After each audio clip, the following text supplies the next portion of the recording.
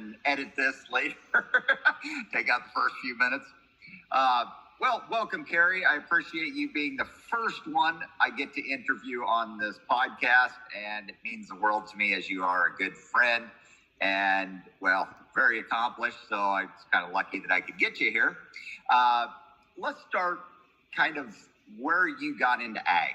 What led you to this place of kind of influencing and impacting people in agriculture, but especially women?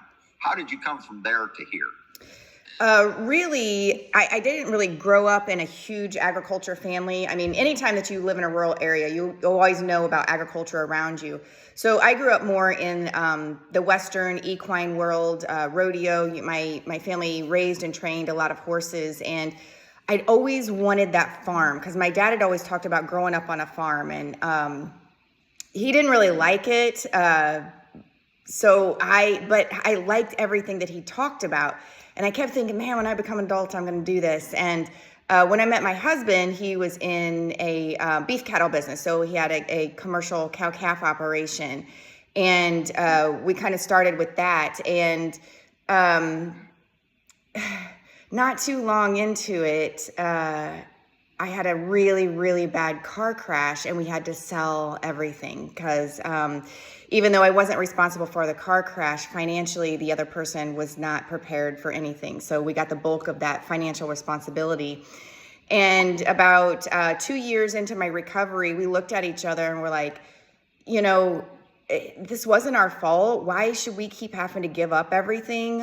Even though it put us in a really bad financial situation, we were like, forget it. Like, we're going to do this. This is what we want to do. And the worst that can happen is that we don't make it and we sell again. So, at least we had things to sell to keep things afloat. So 2 years into my recovery, when we went ahead and started getting a few cows on our home farm, and then it just grew.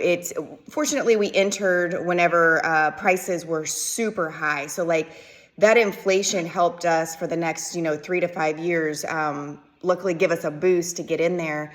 And when I started, it was almost 2 years almost 3 years, I guess I would say, into my recovery. I was like, I have to start doing something. Like, I can't just sit here and heal inside this house and do nothing. And I said, I'm going to start at least feeding our cows the round bale, a day. That's about all my body could handle anyway, because I really wasn't walking well and I just kept having surgeries.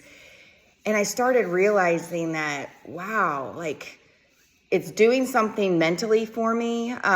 It's giving me a purpose again. I get to see that I'm contributing. And then also I was like, man, I did that. I was able to have accomplishments again. And eventually my physical therapist is like, Carrie, stop coming in to the hospital, 2-3 times a week to get physical therapy. What you're doing on the farm can substitute for your physical therapy. And so then after that, I couldn't find anybody like me on the internet. So that was, 2011. A lot of people weren't really making videos at that time. And by, I think, 2012 or 13, I was like, there's nobody out there like me. Maybe I should start making some videos. And I was super timid at first, but I wanted to show not only how you can be a woman in ag and do everything on the farm, but on top of that, I'm a woman with partial disabilities. And so I wanted to start showing people how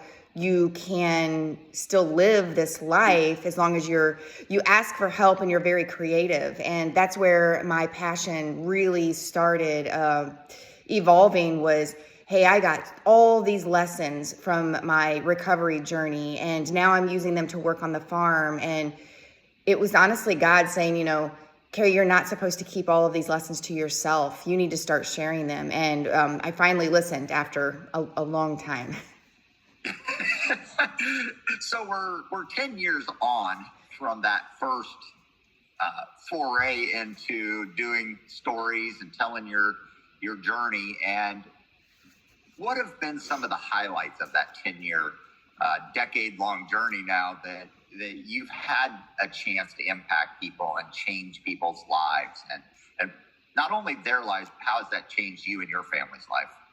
So when I either receive a message or if I'm in person at a speaking event, when I see the shift in their eyes, like all of a sudden their perspective changed and they have clarity and they're like, Carrie, like I never got it before you said this. And when you said that, I was like, oh my God, what am I doing with my life? Or why did I think that I could never get out of this situation? And, I never know what is going to hit people either by my videos or just speaking to them one-on-one, but I always know that I'm honest and I'm vulnerable and I just share, whatever happened through my life and what I did to get through it.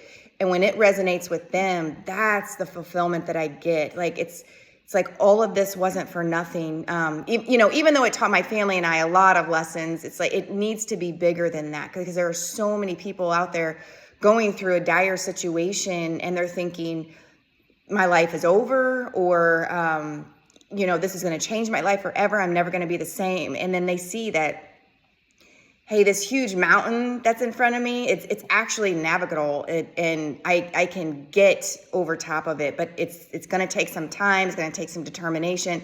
I'm really going to be creative about how we do this. But yeah, watching that perspective change and that clarity come into their eyes, I'm like, gosh, darn it, that's what I'm here for. That's why I'm supposed to be talking about this.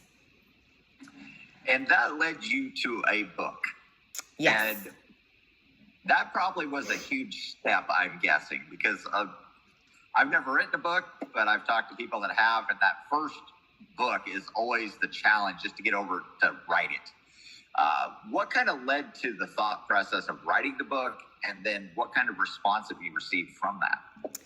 Well, honestly, like everybody just kept pushing me. Like it was all that I heard, and I just didn't want to because like when you write a book, you have to go through every single detail from start to finish. And even though I would talk about it like in my presentations, or go over details with people one-on-one, it wasn't going through the entire process in that much intricate detail because it takes a long time. So I just kept putting it off because I'm like, I don't want to feel that much pain again, because it was when you go back to it and you start talking about it, all of a sudden it's so raw again, just like when it happened. And you're thinking, I worked through that. I don't want to go back. But it's even though I had so many people like kind of pushing me, I also felt like God was saying, yeah, this is part of what I want you to do. So I ended up, I started blogging, and I would take little lessons and I would do it, just a little bit at a time. And I started taking those blog posts and putting them into a book and just kind of expanding on those.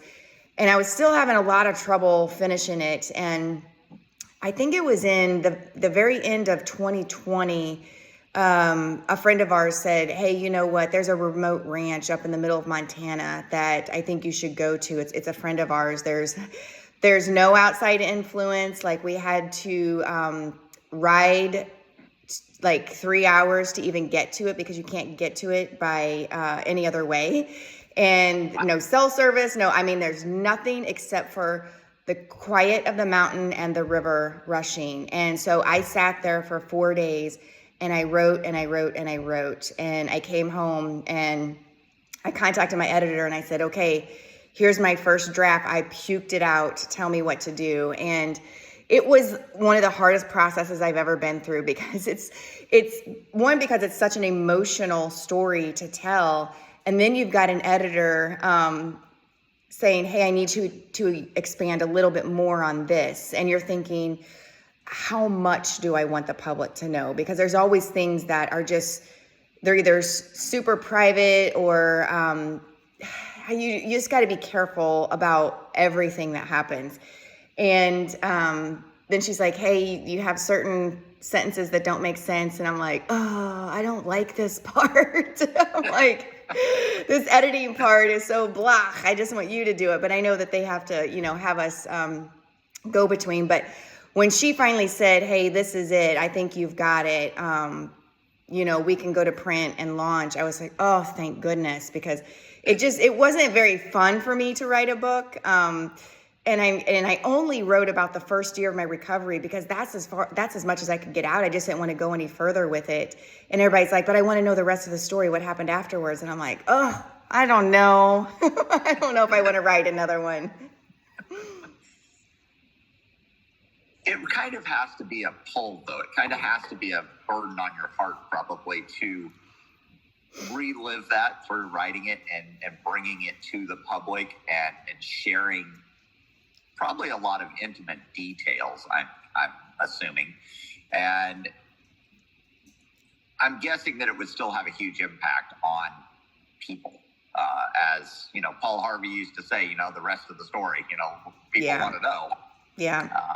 I'm thinking if I did ever write a second book, it's going to be more about, how we continue to navigate these challenges that basically I brought to our family, by being so injured, that it would be those lessons and how we just had to stick. Like we had to just link arms and sometimes hold on for dear life, because my husband and I, we were like, this is not breaking our family. This was not our fault. We did not do this. We were doing everything right that night.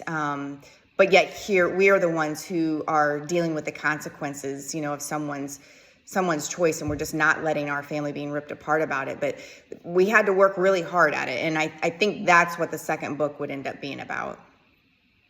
Well, I'm pretty sure that would have a major impact on people. And, we've talked about your first 10 years. We talked about your book. All of that lends itself to communication.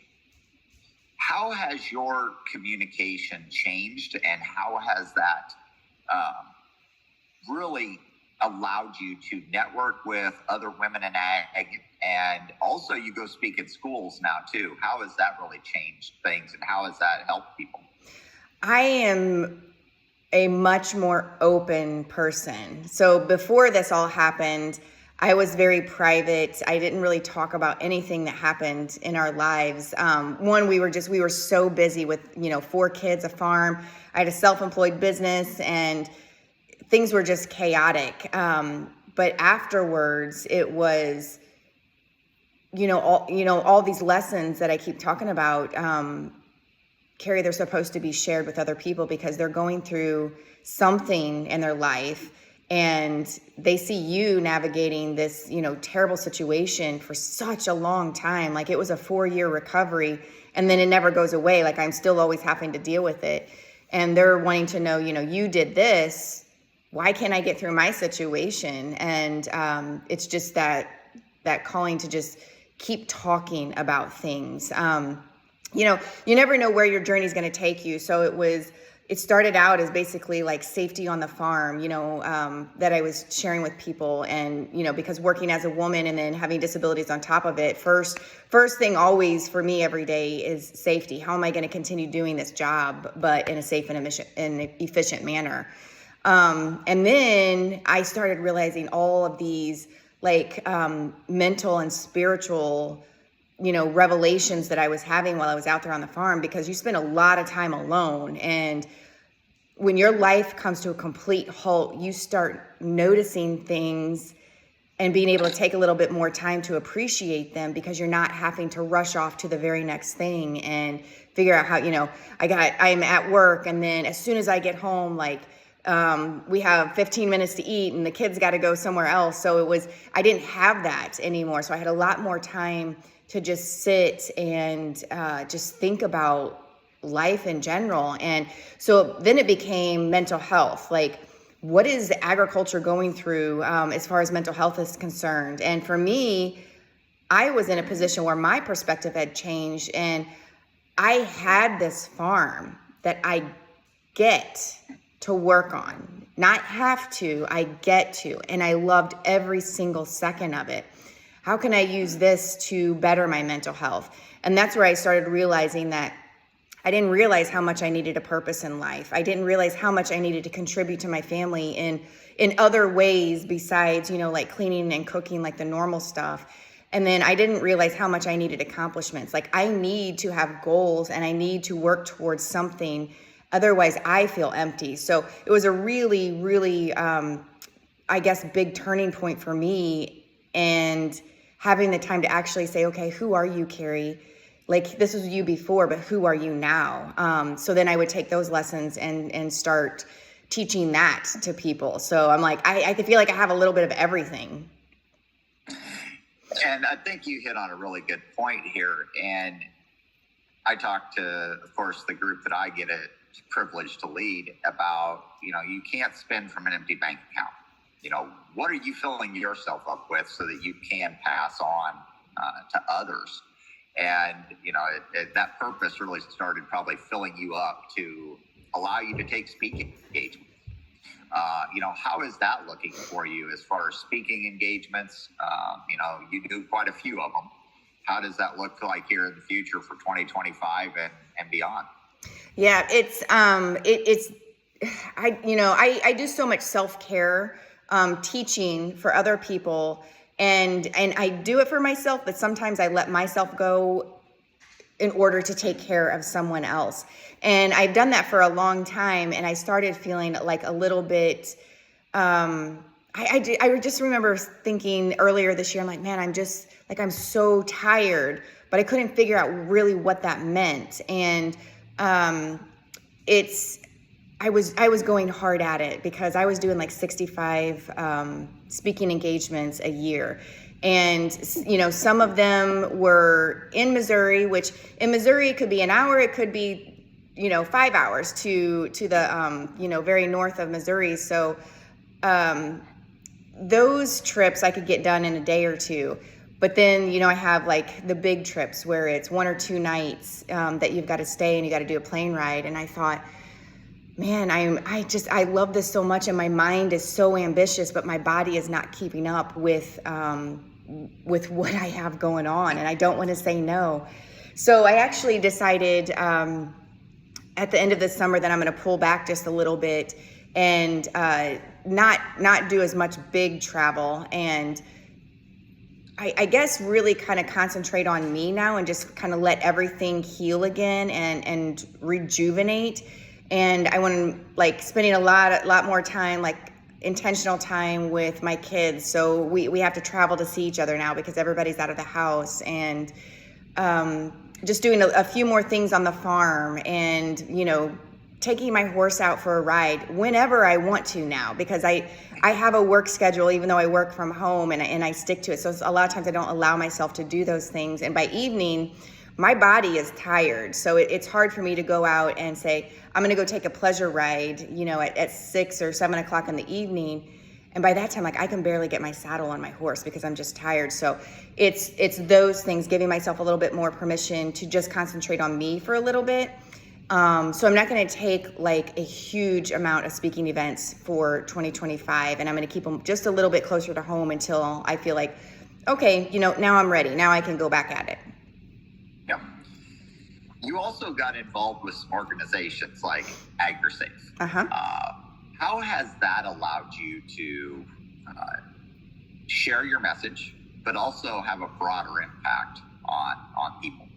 So the AgriSafe network is, an unbelievable resource. They have every resource you could possibly imagine, and they are all about education, which is exactly where I was at. And they heard about me through my work and being a client of AgriAbility. So I started doing just a few collaborations with them, like, hey, can I interview you, for this women in ag part? And so I would say yes. And then I started doing more mental health work on the internet, and they're like, oh, hey, we see that you're talking about mental health and agriculture. We are launching this new project called the Agri-Stress Project. Would you want to be involved? I'm like, yes, I would definitely love to be involved in all of that. And the great thing about it is that the Agri-Stress Project is specific to mental health and agriculture. And I'm like, I've got this. I know exactly what people are going through on the farm because I live it and breathe it every single day. But then also I've had all of these struggles of knowing that all this farm work has to be done, and my body's only capable of so much. And if I can't get it done that day, I'm going to have to ask for help. So I now get to pass on all those lessons to our audience. And like, they have an enormous audience, even though a lot of people don't know about them. Like, they've been a nonprofit, I think, since the 70s. So they've been around for a really long time, but there's all of these great organizations out there, but it's really hard to know about all of them. So it's become a really big deal to me to try to get my audience to understand what AgriSafe is and the AgriStress Project, and that, hey, there are resources out there. Let me help you. So now I've kind of become that person where people might not remember the name of the organizations that I collaborate with, but they're like, hey, Carrie, I know that you talk about this. I have somebody in mind. Where can you steer me? And so I become that connection person, which I also love, because I love to see people succeed. So if I can help them in any way, with any type of resource, now I have them all. Like, I have so many connections that I'd be like, you know what, I personally can't help you, but by George, I know somebody who can. And that really starts to fill your cup. That really starts to make an impact on your mental health and your desire to help others. Who have been some of the biggest impacts on you personally? I mean, to get to the last, especially decade, where you've had to deal, 15 years, you've had to deal with this recovery, all these speaking engagements, becoming the go-to resource for a lot of these things. Who really impacted you? I would say, for one, my husband, he's the head of his division at work. So he's used to being a coach. So like, he took his work mentality and put it in our home for a long time, because he had to coach me through some really, really difficult moments. And fortunately, have a wonderful husband who is willing to do that and not just be like, God, I did this all day at work, now I got to come home and do it. He didn't think like that at all. But there have been so many organizations that I've become close to that I feel so comfortable reaching out. And the top two organizations are definitely AgriAbility and AgriSafe, because at any point I can call them and say, you know what, this is what I'm struggling with. I don't understand, like, my mind is not working in the correct way to understand what to do differently with my new body. And they do this for a living every single day. So immediately they're like, Carrie, I've got you. And that's what I kept hearing from those two organizations. But there's a lot, like, I would say, like, the last 5 years, like, I guess since the pandemic, like, the pandemic changed everything. There are so many more people sharing now. And I was like, man, I wish I would have had that back in my early days when I wasn't as strong as I am now, and I wasn't as confident as, where I was going. But now, if you can find a good one out there on the internet and follow them and start to develop a relationship with them, they're going to be just like me, and they're going to open up and say, you know what, Carrie, this is what I did, when we were going through this situation. I know it's not like yours, but the steps to get there are the same. So that's what I end up passing on as well. Awesome. And both you and I know that we kind of have a mental health crisis in ag. Yeah, there's a lot more resources since the pandemic. There's a lot more awareness of the mental health problems. But there's a big stigma still attached to that in the farming and ranching communities.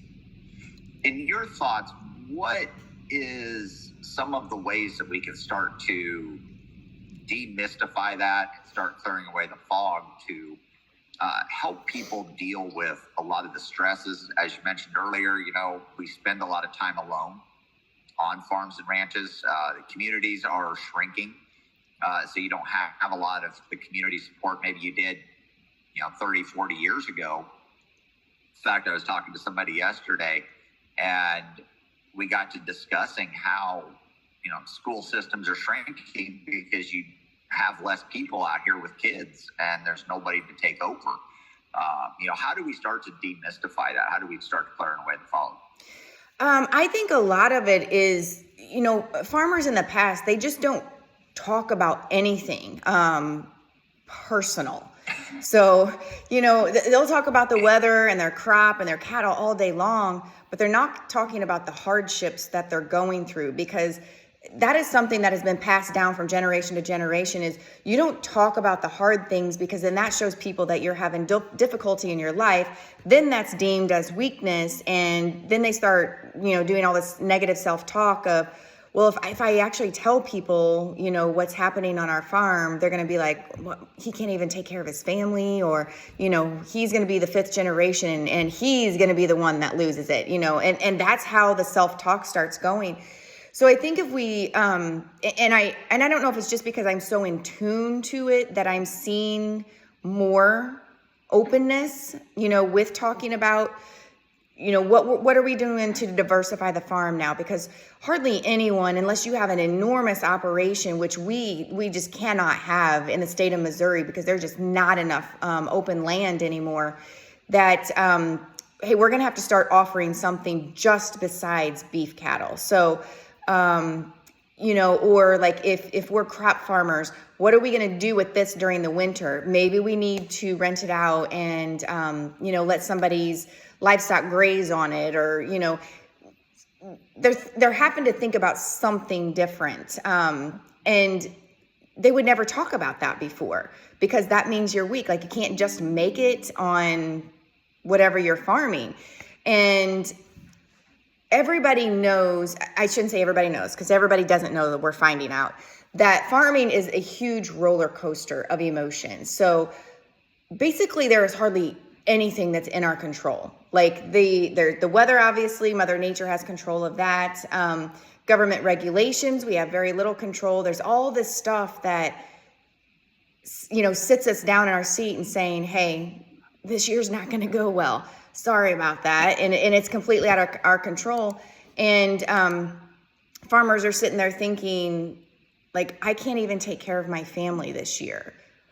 But there's so much work on the farm. Like, it's hard to go out and get a day job and do that much farm work, when you get home. So they kind of have to make a choice of, I love what I'm doing. And I don't want to give it up. But it's becoming so much harder to actually make a profit, to actually make a living at farming, that, many are having to leave, and they have to go do either a smaller operation because they've got to go take that town job. But I think us just continuing to have those conversations and not be scared to have those conversations, because all day long you can sit at the feed store, or you get a bunch of farmers around that actually go to an event at night or something. You can talk about the easy stuff all day long, but when you hear something and it goes, I think something might be up with him, it takes courage to take that person aside and say, hey, you know what, this is what I'm hearing from you. What's going on? How can I help? And are you having bad thoughts?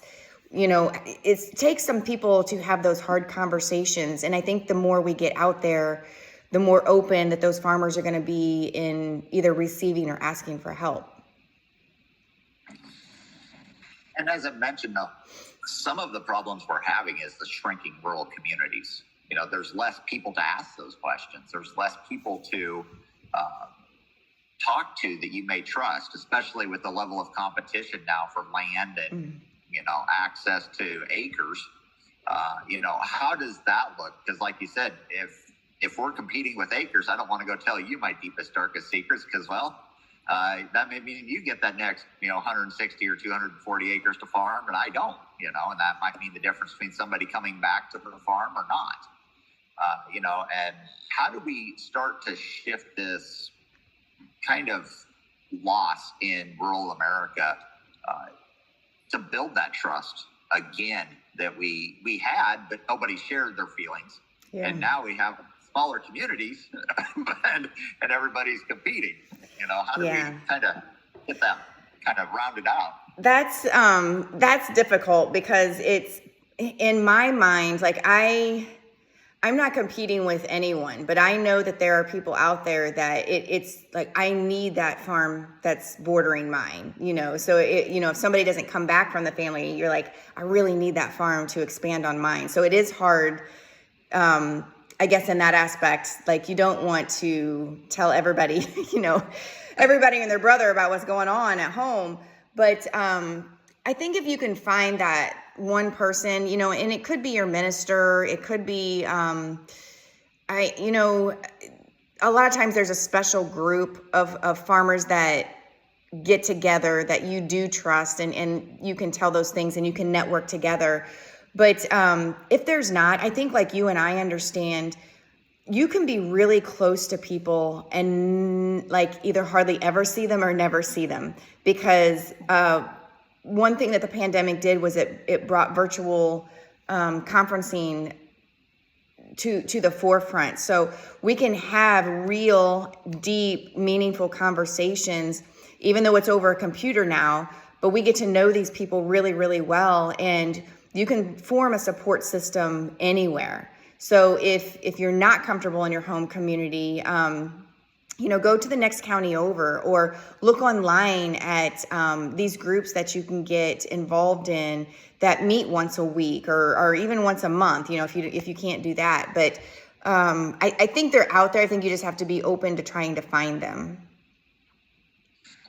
Awesome. And when we kind of get ready to close, because I know you got a busy day if you haven't fed yet,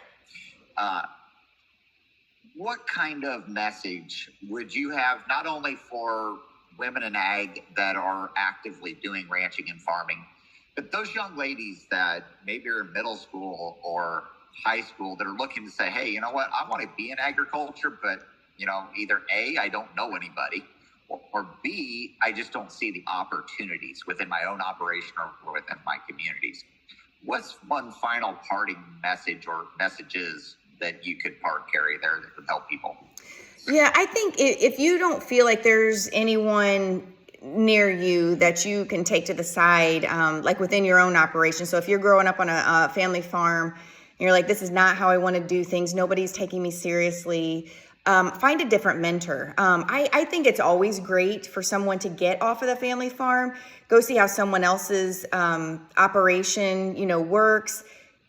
It's also good to be under someone else's mentorship as well, because everybody does things differently. It doesn't mean that the other person's doing it wrong. It's just a different way. And maybe that way works better for you. You can bring that back to your home farm and say, hey, guess what? Look what I learned. But it's also taking direction from someone else who is not your family. But with the internet being so open now, like there is support out there for everyone. And those women who want to do things on their own, like I didn't grow up in cattle farming. So luckily my husband was very patient in teaching me and listening to all my questions. And, I'm trying to compare cows and horses, and it's not the same. I'm like, well, horses are so easy. They just do this. And, it was a whole learning curve. But, man, those women in ag groups, they are a plethora of support and resources. And I haven't been to a single Women in Ag event where they weren't supportive. I have never felt any competition. It was all like, okay, this is what we do on our farm. How can we turn this so that it will work on your farm? Everybody's always been very open with their stories and their resources. So for those young women or, women who are just like, they're reaching middle age and they're like, this is what I've always wanted to do. And if I don't do it now, I'm never going to get to do that. I just don't know how. I would say reach out to those Women in Ag groups. I think our county extensions are so underutilized. Like there are so many resources with those extensions and people just don't think about going there. Those are two major resources that women can use to get like educational programs. But there's also tons of resources of how to get grants, how to get a loan for your operation, I guess, and also how to get help. Sometimes you need help on the farm. It's hard to do everything by yourself. But yeah, using those resources, I think, would be very integral to their success. Yeah. And well, I'm pretty sure that I've been a big supporter of the Women in Ag. Yes. We know that they have never gotten the credit that they deserve for everything they do on farming and ranching operations. and to bring that awareness to people, to say, hey, you know what, it isn't about the guys. It isn't about the men that are, at the forefront. You see on the front of farming magazines, you see them on, speaking engagements, and women have kind of, through history, been kind of shunted to the side to take care of the home, maybe do the chores when he's gone or whatever, but they never get the credit. And we know that none of this happens without the women being there and either pushing, sometimes kicking them in the behind, and making sure everything runs smoothly or as smooth as possible sometimes. And I appreciate this, Carrie, about you and a lot of the other ladies that I'm privileged to know within ag, and what that means for hopefully young women coming along and young ladies coming along that are going to impact this industry. Because we know we're struggling. We know we're fighting a battle, that is definitely sometimes feels unwinnable. Mm-hmm. We're dealing with the government. We're dealing with imports. We're dealing with maybe some disease pressures. Maybe we're a lot of infighting. How do we kind of band together as an industry? And I know I wanted to end on the women part, but I had this thought in my head after you started talking. How do we kind of band everybody together here as a synopsis to hopefully get ag back to the forefront and strengthen that foundational pillar of the country? I think like earlier you talked about that competition piece of farmers against farmers. And I think that's where we kind of need to go, forget about all this other stuff. Forget about, I need my corn prices. I need to do all that first before you get there.